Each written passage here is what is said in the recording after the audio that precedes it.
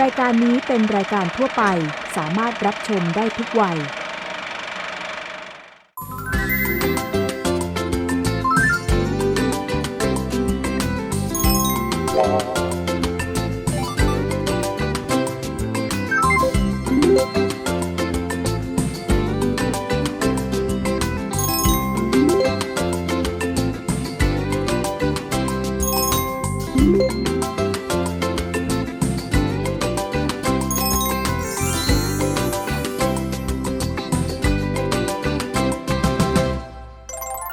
สวัสดีครับขอต้อนรับเข้าสู่รายการ Smart Kids เด็กไฮเทค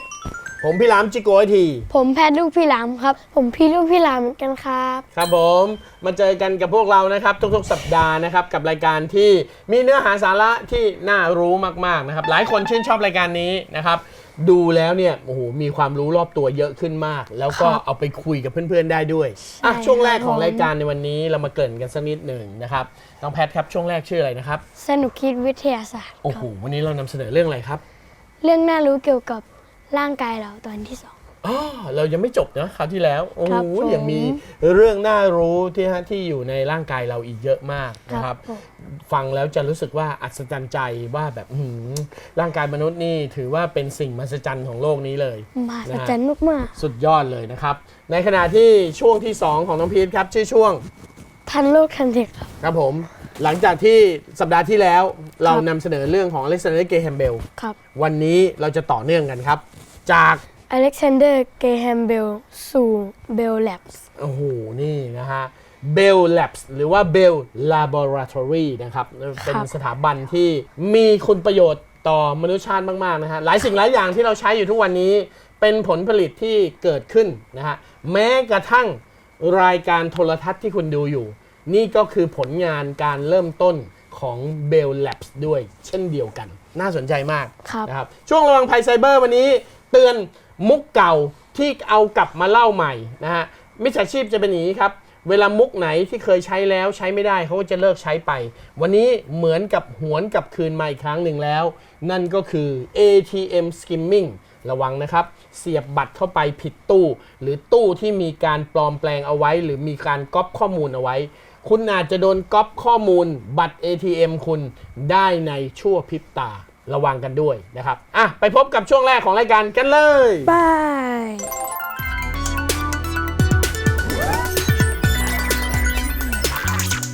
สนุกคิดวิทยาศาสตร์ เข้าสู่ช่วงแรกของรายการครับ สนุกคิดวิทยาศาสตร์ วันนี้เรามาคุยเรื่องน่ารู้เกี่ยวกับร่างกายตอนที่2ฮะ ครับผมในตอนที่ 2 นี้จะขอเปิดด้วยเรื่องที่โอ้โหหลายคนไม่เคยรู้มาก่อน เชื่อได้ว่าคุณผู้ชมจะต้องช็อกแน่ๆเชื่อไหมครับว่ามนุษย์เรา ครับ มีตาที่ 3 หลายคนจะชื่นชอบเวลาน้องพีทเขาทำท่าเซอร์ไพรส์นะครับเขาจะแบบ คำพูดนี้คือต่อมไพเนียลครับมนุษย์ทุกคนมีต่อมไพเนียลอยู่ที่ด้านหลังของบริเวณกะโหลกศีรษะของเรา เรามีตาด้านหลัง ซึ่งต่อมไพเนียลนี้เนี่ยเขาจะทำงานกับสารที่ชื่อว่าเซโรโทนินเซโรโทนินเนี่ยเนื่องจากต่อมตัวนี้มันไม่ได้มีลักษณะเหมือนลูกตา แต่ต่อมตัวนี้เนี่ยมันจะทำงานเชื่อมโยงกันกับสิ่งที่เรารู้สึกได้ไม่ว่าจะเป็นตามองหูได้ยินหรือว่าเซนส์ของความรู้สึกในร่างกายเรา เคยไหมเคยรู้สึกไหมว่านั่งอยู่แล้วเหมือนมีอะไรมาอยู่ข้างหลังอะแล้วเราจะรู้สึกเสียวสันหลังวาบหรือขนลุกวูบๆอะไรอย่าง ใช่ เงี้ย ตอนนั่งหลังห้อง นั่นนะคือต่อมไพ ภาย เนียลทำงาน ต่อมไพเนียลเนี่ยมันจะรับเอาเซนส์ความรู้สึกทั้งหมดของร่างกายเรา แล้วไปประมวลผลทำให้เราเหมือนเรามีดวงตาที่ 3 แต่เป็นตาที่ไม่ได้มองเห็นเพราะฉะนั้นเวลามีอะไรมาแวบๆข้างหลังเราหรือทำให้เรารู้สึกได้เนี่ยโดยที่ตาเรามองไม่เห็นเนี่ยเราจะรู้สึกระวังด้านหลังเราขึ้นมาว่าเฮ้ยมีอะไรมาหรือเปล่าเหมือนเราเดินอยู่แล้วเราได้ยินเสียงรถมาจากด้านหลังต่อมไพเนียลก็จะทำงานทันทีว่าเอ้ยมีอะไรมาด้านหลังนะต่อไปเป็นเรื่องของกล้ามเนื้อบนใบหน้า การยิ้ม ถามว่าระหว่างการยิ้มการทำหน้าบึ้งการทำหน้าขมวดคิ้ว อันไหนใช้กล้ามเนื้อเยอะที่สุดครับ ยิ้มครับ ผิดครับ อ้าวขมวดคิ้ว ขมวดคิ้วใช่ไหมครับขมวดคิ้วถูกครับ อ้าว บนหน้าเราเนี่ยมีกล้ามเนื้อทั้งหมดกี่มัดรู้ไหม650 มัด โอ้โห เวลาเราทำหน้าบึ้งพี่ทำหน้าบึ้งดิหน้าบึ้งเนี่ยต้องใช้กล้ามเนื้อถึง400 มัด อื้อหือ ในการที่จะทำหน้าบึ้งลองขมวดคิ้วสิครับขมวดคิ้วก็ใช้กล้ามเนื้อมากกว่า400 มัดอีกต่อไปยิ้มครับ ยิ้มเนี่ยใช้กล้ามเนื้อแค่15 มัดเท่านั้นเอง อ้าวฮะ น้อยมากเลย 15 มัดเหรอ ใช่ คือข ใช้ อง แค่ คิ้ว 15คือยิ้มเนี่ยเราใช้แค่กล้ามเนื้อตรงเนี้ยแถวๆแก้มเราใกล้ๆริมฝีปากเราเนี่ยแล้วเราก็ดึงมันออกขึ้นแค่นี้เองเพราะฉะนั้นการยิ้มจึงเป็นการแสดงสีหน้าที่ใช้กล้ามเนื้อและพลังงานน้อยที่สุดในหน้าเรานะครับ เพราะฉะนั้นยิ้มกันบ่อยๆเข้าไว้นะครับ มันใช้พลังงานน้อยมากกับอีกเรื่องนึงที่คนควรจะรู้คนที่ชอบทำท่าขมวดคิ้วขมวดคิ้วครบ 200,000 ครั้งเมื่อไหร่ตีนกาคุณจะเพิ่มขึ้น1 เส้น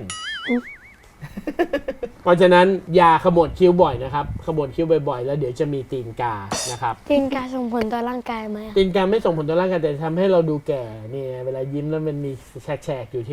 ที่ขอบตาคำถามต่อมาสนุกเลย วิญญาณเรามีน้ำหนักไหมครับ มีครับ มีครับ มีเหรอ มีครับ มีจริงเหรอ ถ้าเราจับไม่วิญญาณไม่มีจริงแต่ที่เราคิดคือมันมีจริง อ้าวยังไงอะ ถ้าเกิดเรา พูแล้วงงมาก ๆ ถ้าเกิดเราวิญญาณไม่มีจริง แต่ที่เราคิดก็คือวิญญาณมีน้ำหนัก นักวิทยาศาสตร์ได้ทำการทดลองแบบนี้ครับ ฮะ ชั่งน้ำหนักคนก่อนที่เขาจะเสียชีวิต แล้วพอเสียชีวิตชั่งน้ำหนักอีกทันที ผมปรากฏคนคนนั้นนะครับ น้ำหนักหายไป 21 กรัม 21 เลยเหรอ จึงเป็นงานวิจัย ญญณเนี่นะ ที่นักวิทยาศาสตร์บอกว่า ถ้าเรามีวิญญาณจริง วิญญาณเราอาจจะมีน้ำหนักประมาณ 21 กรัมครับ ต่อมานะครับ เด็กจะเริ่มมีน้ำตาเมื่ออายุกี่เดือน เด็กแรกเกิด 1 เดือนครึ่ง 6 เดือนกับอีก45 วัน ถ้า 9 เดือน 9 เดือน 9 เดือน ถ้ากลับไปสังเกต 9 อี เดื ก อน ทีนึงนะ หลังจากคลอดออกมาจากท้องแม่แล้วเนี่ย ครับ ช่วง 1-5 เดือนแรกอะอายุไม่ถึง 5 เดือนเนี่ย เด็กทุกคนที่ร้องไห้ไม่มีน้ำตา เพราะว่าต่อมน้ำตายังไม่สร้างเลย แสดงว่าพี่ถูกกว่า6 เดือน ใช่ ต้องหลังจาก พี่รู้ได้ไงอะ 5 เดือนไปแล้วถึง หก จะมีน้ำตา งั้นรู้กันนะว่าเด็กตัวเล็กๆร้องไห้ไม่มีน้ำตาแน่นอนเพิ่งแรกเกิดนะครับ ต้อง 5 เดือนขึ้นไปหรือ 6 เดือนถึงจะมีน้ำตานะครับปิดท้ายด้วยเรื่องนี้ครับ ร่างกายเราสามารถสร้างสารระงับความเจ็บปวดออกมาได้เอง เคยสังเกตไหมนักกีฬาเนี่ยเวลาเขาบาดเจ็บในการแข่งขันใช่ไหมฮะแต่การแข่งขันยังไม่จบยังไม่สามารถเจ็บเดี๋ยวนั้นได้ ในเวลาช่วงที่เวลาจำเป็นเผชิญในสถานการณ์ตึงเครียด สมองของเราจะสร้างสารระงับความเจ็บปวดทำให้เราสามารถลุกขึ้นมา แล้วฝ่าฟันสิ่งที่อยู่ข้างหน้าได้ เคยเป็นไหม ตอนนั้นพี่เล่นฟุตบอลอยู่เพื่อน ครั อบ ยู่ ผมครั แล้ บ วคะแนน 3-0 คะแนนตามหลังอยู่ แล้วพี่ก็ตอนนั้นบอลใกล้ออกเพื่อนเตะออก ฮะ ต่างพี่รีบวิ่งเข้าไปปัดบอลออก ครับ ขาพี่เข้าไปชนเก้าอี้อิฐ เจ็บไหม เจ็บแล้วก็ เจ็บ หาย พีท แบบ พีทอยากเตะต่อมาก ใช่ ๆพีทก็เลยสะกดกั้นความเจ็บเอาไว้ สมองสั่งสารระงับความเจ็บปวดมาทันที ใช่แล้วพี่ก็หายเจ็บ แล้วพอเล่นเสร็จเรียบร้อย พี่ก็เจ็บใหม่ เจ็บอีกรอบหนึ่ง เจ็บมาก นี่ไง เจ็บมากๆด้วย นี่ถือว่าเป็นการพิสูจน์เลยนะ ว่าสมองคนเราสามารถสร้างสารระงับความเจ็บปวดออกมาได้นะฮะนี่คือความรู้นะฮะที่เกี่ยวกับร่างกายเรานะฮะในตอนที่2นะครับ ก็รู้ไว้ใช่ว่านะครับเป็นความรู้นอกจากสนุกสนานเรายังสามารถนำเอาไปใช้ได้ด้วยนะครับว่าช่วงเวลาที่เราฉุกเฉินจริงๆเนี่ยต่อให้เราบาดเจ็บแค่ไหน เราก็จะมีแรงฮึดหรือว่ามีความรู้สึกบางอย่างที่สามารถสะกดความเจ็บปวดเอาไว้ แล้วเราก็สามารถนั่นได้สามารถผ่านพ้นสิ่งที่เราเผชิญอยู่ได้นะครับรวมไปถึงเรื่องของตาที่ 3 ด้วย อันนี้เนี่ยโอ้โหเปิดโลกมากๆเลยนะครับจบช่วงสนุกคิดวิทยาศาสตร์แล้วไปต่อช่วงที่2กันครับนั่นก็คือทันโลก ทัน เท เท ค ค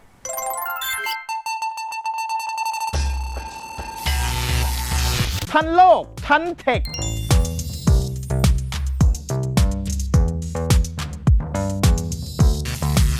เข้าสู่ช่วงที่ 2 ของรายการครับทันโลกทันเทคครับ วันนี้เราจะมาคุยกันเรื่องจากอเล็กซานเดอร์เกรแฮมเบลไป สู่ Bell Labs ครับครับผมในตอนที่แล้วเราพูดถึงการเติบโตแล้วก็การค้นพบที่ยิ่งใหญ่มากๆของอเล็กซานเดอร์ เกรแฮมเบลนะครับพอเขาคิดค้นระบบส่งเสียงผ่านสายโทรศัพท์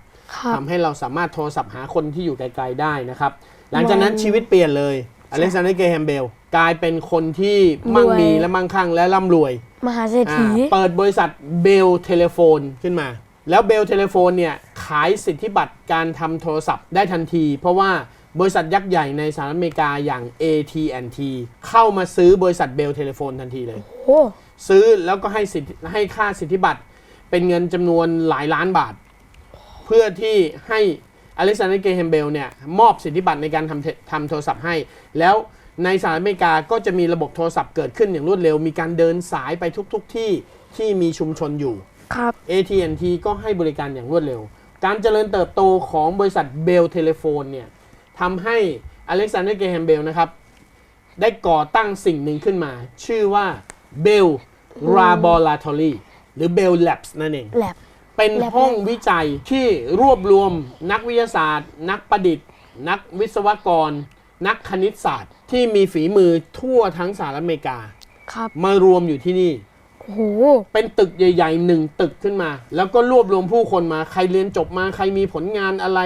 ใครที่คิดค้นประดิษฐ์สิ่งใดได้แต่ยังไม่มีผู้สนับสนุนไม่สามารถสร้างสิ่งนั้นให้เป็นจริงได้เดินเข้ามาที่เบลแลบเบลแลบจะรับเข้าไว้แล้วเป็นสังกัดของเบลแลบทั้งหมดจึงเกิดสิ่งต่างๆเกิดขึ้นมากมายในเบลแลบครับในยุคแรกๆเนี่ยหลังจากสงครามโลกครั้งที่2ครับช่วงที่เขาก่อตั้งประมาณปี 1925-1926 ก็จะมีเรื่องของสงครามโลกใช่ไหมครับพอหลังจากนั้นนะครับก็จะมีการเริ่มสร้างระบบการกระจายเสียงนั่นก็คือระบบของวิทยุพอเราส่งเสียงไปยังโทรศัพท์ได้เราก็สามารถส่งเสียงไปยังเครื่องรับชนิดหนึ่งแล้วให้คนทุกคนเนี่ยเปิดฟังได้เรื่อยๆโดยที่ไม่ต้องโทรหากันนั่นก็คือวิทยุนะฮะเครื่องรับวิทยุเนี่ยมีคนสร้างเยอะแยะมากมายแต่ไม่มีใครสร้างระบบการกระจายเสียงวิทยุหรือสถานีวิทยุเบลแลบนี่แหละเป็นคนสร้างสถานีวิทยุเก่าแก่ในสหรัฐอเมริกานั่นก็คือ CBS เนี่ยเป็นทั้งสถานีวิทยุแล้วพอยุคหนึ่งเบลแลบคิดค้นวิธีการส่งภาพและเสียงในเวลาเดียวกันได้ก็เกิดการสร้างสถานีโทรทัศน์ขึ้นมาส่งเป็นสัญญาณภาพและเสียงผ่านทางสถานีโทรทัศน์ CBS คนก็มีการสร้างเครื่องรับโทรทัศน์ขึ้นมาแล้วก็ไปตั้งตามบ้านคนต่างๆได้เราก็สามารถเห็นภาพสิ่งที่มันเกิดขึ้นอยู่ห่างไกลเห็นไหมโอ้โหมาทั้งวิทยุมาทั้งโทรทัศน์ช่วงที่เรามีโทรศัพท์มือถือมาร์ตินคูเปอร์เนี่ยเป็นคนคิดค้นให้เครื่องโทรศัพท์เล็กๆเนี่ยสามารถส่งสัญญาณออกไปได้แต่เขาไม่ได้คิดเครือข่ายมือถือเนี่ยคนที่คิดค้นคือ Bell Labs เบลแลบไปแล้วเบลแลบเป็นคนคิดค้นคือโครงข่ายมือถือนอกจากนี้ยังมีอีกหลายผลงานนะครับอย่างเช่นคุณคลินตันเดวิดสันอันนี้ได้รางวัลโนเบลสาขาฟิสิกส์เลยเขาสามารถสร้างตัวที่เรียกว่ารีเลย์ไฟฟ้าเป็นตัวที่สามารถชะลอหรือหน่วงการทำงานเป็นจังหวะของไฟฟ้าได้มันก็เลยทำให้เราสามารถสวิตช์ไฟฟ้าปิดเปิดหรือสลับการทำงานได้เป็นไงโอ้โหฉลาดเจ๋งไหมฮะทรานซิสเตอร์ที่ตอนหลังวิทยุเนี่ยทำออกมาสมัยก่อนเนี่ยเป็นหลอดสุญญากาศวิทยุสมัยก่อนเครื่องหนึ่งเครื่องเท่านี้แต่พอออกแบบใหม่เป็นทรานซิสเตอร์ขนาดเล็กๆเบลแลบก็เป็นคนออกแบบทรานซิสเตอร์แล้วโซนี่แพ้สงครามโลกครั้งที่2นั่งเครื่องบินมาเรียนผู้บริหารโซนี่2คนน่ะมาเรียนรู้เรื่องวิธีการทำทรานซิสเตอร์แล้วกลับไปทำวิทยุเครื่องเล็กๆเหมือนที่คนสมัยก่อนเราเรียกว่าเรารับฟังวิทยุผ่านทางวิทยุทรานซิสเตอร์เครื่องเล็กๆนี่แหละผลงานการสร้างทรานซิสเตอร์ก็เป็นของเบลแลบด้วยเช่นกันนะครับรวมไปถึงทรานซิสเตอร์ที่ใช้ในเครื่องคอมพิวเตอร์ด้วยนะฮะก็หนึ่งเป็นผลงานของจอห์นบาร์ดีนวอเตอร์เอชแบตเทน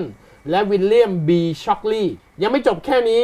ระบบสื่อสารดาวเทียมเทลสตาร์ก็ถูกสร้างโดยเบลแลบครับโอ้โห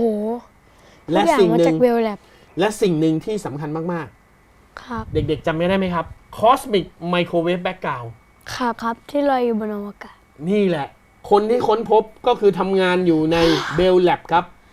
ชื่อคุณอาร์โนเพนเชส กับโรเบิร์ต W. วิลสันได้รับรางวัลโนเบลในการค้นพบรังสีไมโครเวฟพื้นหลังของจักรวาล แล้วตอบได้ว่า ค้นพบทุกอย่าง จักรวาลบิ๊กแบงมีจริงไมโครเวฟพื้นหลังเนี่ยเป็นตัวบ่งบอกว่าบิ๊กแบงมีจริงและทุกวันนี้จักรวาลกำลังขยายตัวอยู่เรื่อยๆอยู่ตลอดเวลาเบลแลบนี่ผลิต ฉ ทุ ลาด กอย่า ที่ ง สุดในโลก แสงเลเซอร์ผลิตโดยเบลแลบคิดค้นโดยเบลแลบ อีกแล้วเหรอ ระบบโซน่าของเรือดำน้ำระบบเรดาร์ของเครื่องบินคิดค้นโดยเบลแลบระบบโซลาร์เซลล์รับแสงอาทิตย์มาแปลงเป็นไฟฟ้าได้คิดค้นโดย โอ้โห เบลแลบเป็นไงสุดยอดไหม เพราะอะไรรู้ไหมเพราะเขามีนักวิทยาศาสตร์และนักประดิษฐ์รวมไปถึงวิศวกรและนักคำนวณคณิตศาสตร์ 4,000 คนอยู่ในบริษัทเขา ไม่แปลกใจเลย ครับ 4,000 คนมีผลงานมากมายขนาดนี้สุดยอดไหม สุดยอด สุดยอดมากนะครับเพราะฉะนั้นเวลาเราจะจำว่าใครที่มีคุณประโยชน์หรือมีคุณูปการต่อโลกใบนี้มาก ครับ ๆ นั่นก็คือ เบล เบล อเล็กซานเดอร์ เกรแมน เกย์ เบล เบล นั่นเอง ครับ นี่เป็นไงสุดยอดไหม สุดยอด นี่แล้วเดี๋ยวน้องๆเนี่ยกลับไปเรียนเรื่องนักวิทยาศาสตร์ต่อเนี่ยพอบอกว่าเป็นอเล็กซานเดอร์ เกรแฮมเบลปุ๊บทุกคนจะจดจำเขาแม่นแล้วก็จะสามารถเรียนรู้และเข้าใจเนื้อหาในบทเรียนได้ดีมากๆเลย ครับ จบช่วงทันโลกทันเทคครับนะฮะกับอเล็กซานเดอร์ เกรแฮมเบลเดี๋ยวเราจะไปอีกคนหนึ่งที่มีผลงานทางด้านการประดิษฐ์คิดค้นไม่น้อยกว่าเลยนะครับในสัปดาห์หน้า ครับ ยังไม่บอกว่าเป็นใครเก็บไว้ก่อนช่วงนี้ไปต่อช่วงที่ 3 ของรายการระวังภัยไซ ไซเบอร์ ระวังภัยไซเบอร์ ช่วงที่ 3 ของรายการครับระวังภัยไซเบอร์นะครับวันนี้เราจะมาเตือนภัยกันเรื่องเกี่ยวกับตู้ ATM กันอีกครั้งหนึ่งจำได้ไหมครับไม่แน่ใจว่าเคยพูดในรายการนี้ไหมแต่น่าจะเป็นรายการเก่าๆที่เคยพูดกับพี่ออสเกรียงไกรนะครับเรื่องเกี่ยวกับ ATM skimming นะครับคือการขโมย copy ข้อมูลในบัตรของเรา โอ้อันตราย เคยมีมานานแล้วอันนี้เป็นมุกเก่าแล้วนะฮะคือมิจฉาชีพเนี่ยเวลาอะไรที่เขาทำแล้วไม่สำเร็จเนี่ยเขาก็จะเลิกทำไปแล้วพอวันเดือนปีผ่านไปเนี่ยคนหลงลืมกันแล้วนะฮะไม่ได้ระวังตัวกันแล้วนะฮะถึงแม้ทุกวันนี้คนจะใช้บัตร ATM กันน้อยลงใช้ตู้ ATM กันน้อยลงแต่ก็ยังมีคนใช้อยู่เพราะฉะนั้นก็ยังเป็นเป้าหมายหรือเป็นเป้าของพวกมิจฉาชีพเหล่านี้ที่อาจจะกลับมาทำงานอีกครั้งหนึ่งได้นะครับ ครับ เราจะเห็นได้ว่าเรื่องของ ATM skimming มันจะย้อนกลับมาเป็นระยะอยู่เสมอมันไม่ได้หายไปจากโลกนี้ทวนกันสักนิดหนึ่ง ATM skimming ทำยังไงเราจะขโมยข้อมูลบัตร ATM ของคนคนหนึ่งทำยังไงเราต้องให้เขาเอาบัตร ATM มาให้เราก่อน ไม่ดิเขาไม่ให้ใครอยู่แล้วเขาก็ไปสร้างอุปกรณ์ไปครอบทับตู้ ATM เราเสียบบัตรเข้าไปในช่องเสียบบัตรใช่ไหมตู้ ATM ที่โดนมิจฉาชีพเข้าไปครอบไว้ก็คือเขาจะสร้างที่ครอบเนี่ยต่อจากช่องเสียบบัตรเลยแล้วมีเครื่องอ่านแถบแม่เหล็กอยู่ตรงนั้น โอ้โห โดยที่มันจะส่งเป็นสัญญาณเป็นสายแพรไปด้านหลังเครื่องแล้วก็ส่งสัญญาณเป็นไร้สายไปหาคนที่ติดตั้งเครื่องนี้เอาไว้ มันก็ต้องระวัง พอเราเสียบเข้าไปปั๊บแถบแม่เหล็กเนี่ยนะฮะหรือว่าตัวอ่านชิป ATM สมัยใหม่จะเป็นตัวอ่านชิปหมดแล้วสมัยก่อนจะเป็นแถบแม่เหล็กถ้าเป็นแถบแม่เหล็กนี่อ่านง่ายมากตัวอ่านชิปก็อ่านได้อยู่ดีอ่านเสร็จปุ๊บก็จะได้ข้อมูลเลขบัญชีนะครับ10 หลัก 16 หลักหรือโค้ดดิ้งที่จะบอกว่านี่คือบัญชีอะไร แล้วเราต้องระวังเผื่อมี พอได้บัญชีมาแล้วเนี่ยเขาสามารถเอาเลขข้อมูลชุดนั้นมาทำบัตรปลอมได้ แต่มิจฉาชีพมีบัตรปลอมยังไม่มีรหัส เขาต้องดักจับรหัสเราอีก วิธีดักจับรหัสดักยังไงได้บ้างครับ แอบ เรากดรหัสตรงไหนตรงแป้น ใช่ เอาแป้นปลอมไปครอบทับอีกทีนึง ฮะครอบทับเหรอ ใช่ไปครอบทับอีกทีหนึ่ง แล้วเราจะดูยังไงว่าเป็นปลอมเป็นจริงหรือ มัน ว่า ถูกวางทับเราดูไม่ออก โอ้โห พอกดเข้าไปปั๊บมันก็จะส่งข้อมูลไปว่าเรากดรหัสอะไรที่ผ่านมานะครับมีเรื่องอยู่หนึ่งเรื่อง ที่เป็นข่าวปลอมเป็นเฟกนิวแล้วบอกว่าสามารถป้องกันวิธีการดักจับหรือขโมยข้อมูลรหัสผ่านจากบัตรเราได้นะครับเขาบอกว่ามีการลือกันบอกว่าถ้ากลัวว่าตู้ไหนมี ATM skimming ติดตั้งอยู่แล้วดูไม่ออก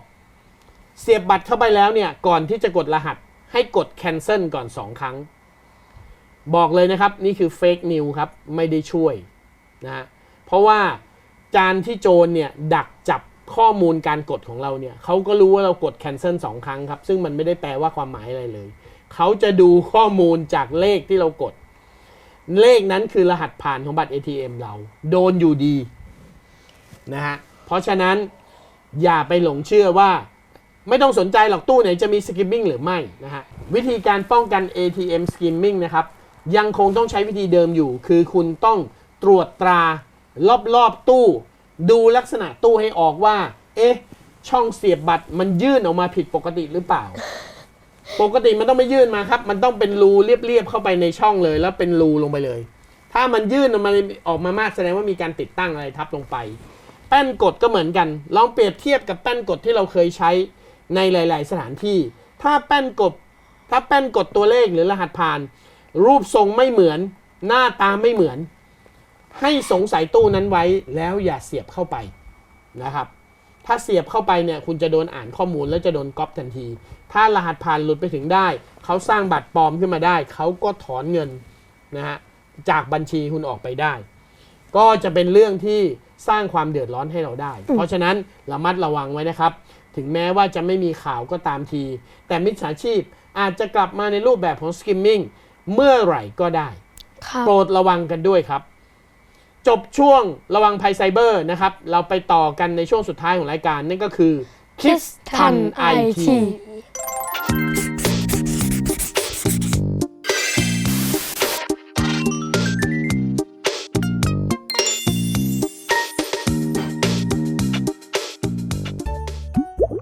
เวลาลูกๆต้องไปโรงเรียนเองโดยที่คุณพ่อคุณแม่ผู้ปกครองไม่ได้เป็นคนไปส่ง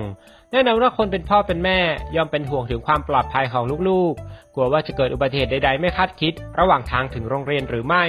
ซึ่งอุบัติเหตุจราจรนับเป็นสาเหตุที่นำมาซึ่งการบาดเจ็บและเสียชีวิตของเด็กทั่วโลกโดยคนเดินริมถนนที่มีความเสี่ยงต่อการประสบอุบัติเหตุทางถนนมากที่สุดก็คือเด็กวัยเรียนที่มีอายุไม่เกิน14ปีคุณพ่อคุณแม่ผู้ปกครองจึงต้องสอนลูกข้ามถนนให้ถูกวิธีตั้งแต่ยังเล็กและต้องปลูกฝังอย่างสม่ำเสมอจนเกิดวินัยในการข้ามถนนซึ่งการสอนลูกข้ามถนนเป็นเรื่องเล็กที่ไม่ควรประมาทเนื่องจากเด็กยังขาดความชำนาญและความสามารถในการใช้ถนนอย่างปลอดภัยและอาจจะทำอะไรที่เราคาดไม่ถึงได้คุณพ่อคุณแม่จะสอนเด็กข้ามถนนได้อย่างไรในกรณีเป็นเด็กเล็กที่เดินหรือวิ่งได้แล้วควรจับมือไว้ให้แน่นและเดินบนทางเท้าชิดขอบด้านในของถนนเพื่อป้องกันการถูกรถเฉี่ยวชนควรพาเด็กข้ามถนนตรงทางม้าลายสะพานลอยบริเวณที่มีสัญญาณไฟจราจรหรือมีเจ้าหน้าที่ตำรวจอำนวยความสะดวกโดยมองซ้ายและมองขวาให้มั่นใจก่อนว่าไม่มีรถขับแซงจึงค่อยพาลูกเดินข้ามถนนอย่างปลอดภัย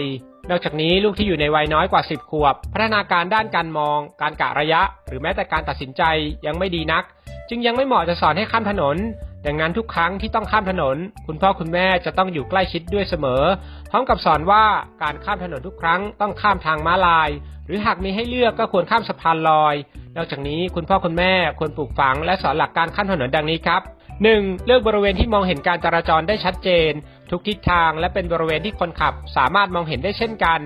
2. คุณพ่อคุณแม่จะต้องเป็นตัวอย่างที่ดีในการข้ามถนนทุกครั้งเพราะลูกสามารถรับรู้การกระทำของผู้ใหญ่ได้ 3. กระตุ้นให้ลูกรู้จักหันศีรษะเพื่อมองไปรอบๆและฟังเสียงเมื่อลูกหยุดยืนอยู่ที่ขอบถนนก่อนที่จะเดินข้ามถนน 4. เลือกบริเวณที่ปลอดภัยสำหรับข้ามถนนอธิบายให้ลูกฟังว่าทำไมบริเวณนี้ปลอดภัยเช่นเลือกใช้ทางข้ามถนนสำหรับผู้เดินเท้าอาทิอุโมงค์ใต้ดินสะพานลอยทางม้าลายหรือบริเวณที่มีเครื่องหมายและสัญญาณไฟคนข้ามไม่ว่าต้องเดินไกลขึ้น 5. แม้จะเป็นการข้ามถนนตรงทางม้าลายหรือบริเวณที่มีสัญญาณไฟคนข้ามก็ควรสอนให้เด็กคอยจนกระทั่งยานพาหนะทุกชนิดหยุดสนิทและแน่ใจว่าคนขับมองเห็นพวกเขาก่อนที่จะข้ามถนน 6. เนื่องจากอาจมีคนขับรถสวนเลนต้องบอกให้ลูกมองถนนทั้งสองด้านอย่างรอบคอบด้วย 7. ข้ามถนนเป็นเส้นตรงคอยมองและฟังเสียงรถขณะเดินข้ามถนนด้วย 8. ขณะข้ามถนนไม่ควรพูดคุยหรือคุยโทรศัพท์มือถือต้องมีสติและสมาธิอยู่ตลอดเวลาไม่เหม่อลอย ทั้งนี้การข้ามถนนเป็นทักษะพื้นฐานที่ลูกๆควรได้เรียนรู้ การปฏิบัติตนเป็นแบบอย่างที่ดีของคุณพ่อคุณแม่ ผู้ปกครองที่ปฏิบัติตามกฎจราจรอย่างเคร่งครัดนับเป็นการช่วยให้เด็กปฏิบัติกฎบนท้องถนนได้อย่างถูกต้องและปลอดภัย หมดเวลาลงแล้วครับสำหรับรายการ Smart Kids เด็กไฮเทค เจอกันใหม่สัปดาห์หน้ารายการนี้ผลิตโดย ศูนย์เทคโนโลยีทางการศึกษาครับ อยู่ที่ไหนครับ ถนนศรีอยุธยาเขตราชเทวีกรุงเทพมหานคร 10400 ครับ แล้วเรามีเว็บไซต์ของรายการเราด้วยนะครับ อยู่ที่ www.etvthai.tv ครับ และ Facebook Page ETV Channel ครับ นี่นะครับ ติดตามรายการของเราได้ทุกสัปดาห์นะครับ แล้วก็จะนำเอาข้อมูลความรู้เรื่องราวที่น่าสนใจเหล่านี้มาให้คุณได้เรียนรู้กันรวมไปถึงน้องๆหนูๆด้วยนะครับ เจอกันใหม่สัปดาห์หน้าวันนี้ลาไปก่อนครับ สวัส ส ดี วัส ค ดีค รั รับ บ สิ่งที่ทำให้พริกเผ็ดในพริกเนี่ยมีสารอยู่ชนิดหนึ่งที่เรียกว่าแคปไซซินแคปไซซินเนี่ยเป็นกรดชนิดหนึ่งซึ่งตัวมันเองเนี่ยจะมีอยู่ในพวกผลไม้ที่เป็นแนวพริกอ่ะแล้วพริกก็ถือเป็นผลไม้ชนิดหนึ่งนะฮะเขาก็จะมีแคปไซซินฝังอยู่ในนั้น ที่เป็นขาวๆใช่ไหมในพริก ไม่ใช่คนส่วนใหญ่เข้าใจว่าพริกที่มีเมล็ดข้างในเป็นเม็ดสีขาวๆเยอะๆเขาเข้าใจว่าแคปไซซินเนี่ยอยู่ในเมล็ดพริกเหล่านั้นมีบางคนต้องการทำอาหารอยากใส่พริกแต่ไม่ต้องการให้เผ็ดมากเขาจะผ่าพริกออกมาแล้วก็เอามีดขูดไอ้เม็ดสีขาวๆออกเป็นไงฮะความเผ็ดน้อยลงไหมไม่น้อยลงเท่าเดิมเลย ครับ พริกจะเผ็ดมากเผ็ดน้อยขึ้นอยู่กับสายพันธุ์ของพริกตัวนั้นแล้วก็อยู่ว่าปริมาณมีแคปไซซินมากแค่ไหนโดยในระหว่างที่เอดิสันสร้างเครื่องประดิษฐ์ต่างๆขึ้นมาเนี่ยเขาจะมีคำคมอยู่เสมอนะเขาจะบอกว่าในการประดิษฐ์อะไรสักอย่างคุณต้องมีจินตนาการที่ดีกับกองขยะสักกองหนึ่งแล้วคุณก็จะสามารถเสกกองขยะนั้นให้กลายเป็นสิ่งประดิษฐ์ที่น่าทึ่งได้นะฮะทีนี้มาถึงเรื่องหลอดไฟถ้าเราชำระประวัติศาสตร์กันจริงๆเอดิสันไม่ได้เป็นคนประดิษฐ์หลอดไฟแต่มีนักวิทยาศาสตร์เยอะแยะมากมายที่พยายามจะสร้างหลอดไฟขึ้นในยุคนั้นครับมีปัญหาว่าหลอดไฟหรือไส้หลอดไฟเนี่ยที่มันจะโดนความร้อนแล้วเกิดเป็นแสงสว่างออกมาได้เนี่ยมันมีอายุไม่ทนหลอดไฟที่ถูกสร้างในยุคนั้นเนี่ยจะสามารถสว่างได้ประมาณครึ่งชั่วโมงหรือ1ชั่วโมงเท่านั้นแล้วก็เสื่อมเลยเสื่อมหายไปเลยใช่มันทำให้คนในสมัยนั้นก็เลยไม่มีความคิดที่จะใช้หลอดไฟเพราะว่าการใช้หลอดไฟแล้วต้องเปลี่ยนทุกๆ1ชั่วโมงมันก็ไม่ไหวเนี่ยเรื่องจริงใช่แต่โทมัสอันไวดิสันเป็นคนที่เอาสูตรทั้งหมดจากนักวิทยาศาสตร์ประมาณ20คน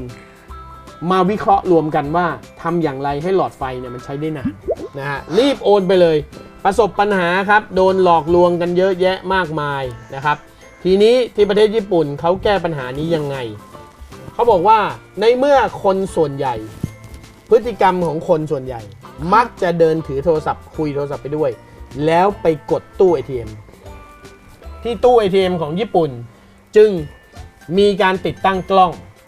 แล้วใช้ระบบ AI มาวิเคราะห์ภาพที่ได้จากกล้องที่ตู้ ATM ถ้ามีคนเดินเข้ามาถือหูโทรศัพท์มาแบบนี้เสียบบัตร ATM เข้าไปแล้วกดปุ่มภาพที่ได้จากกล้องวงจรปิดที่ตู้ ATM ถ่ายไว้ AI จะวิเคราะห์ออกมาเลยว่าคนคนนี้กำลังคุยโทรศัพท์อยู่อาจจะเป็นไปได้ว่าโดน call center หลอกหรือเปล่า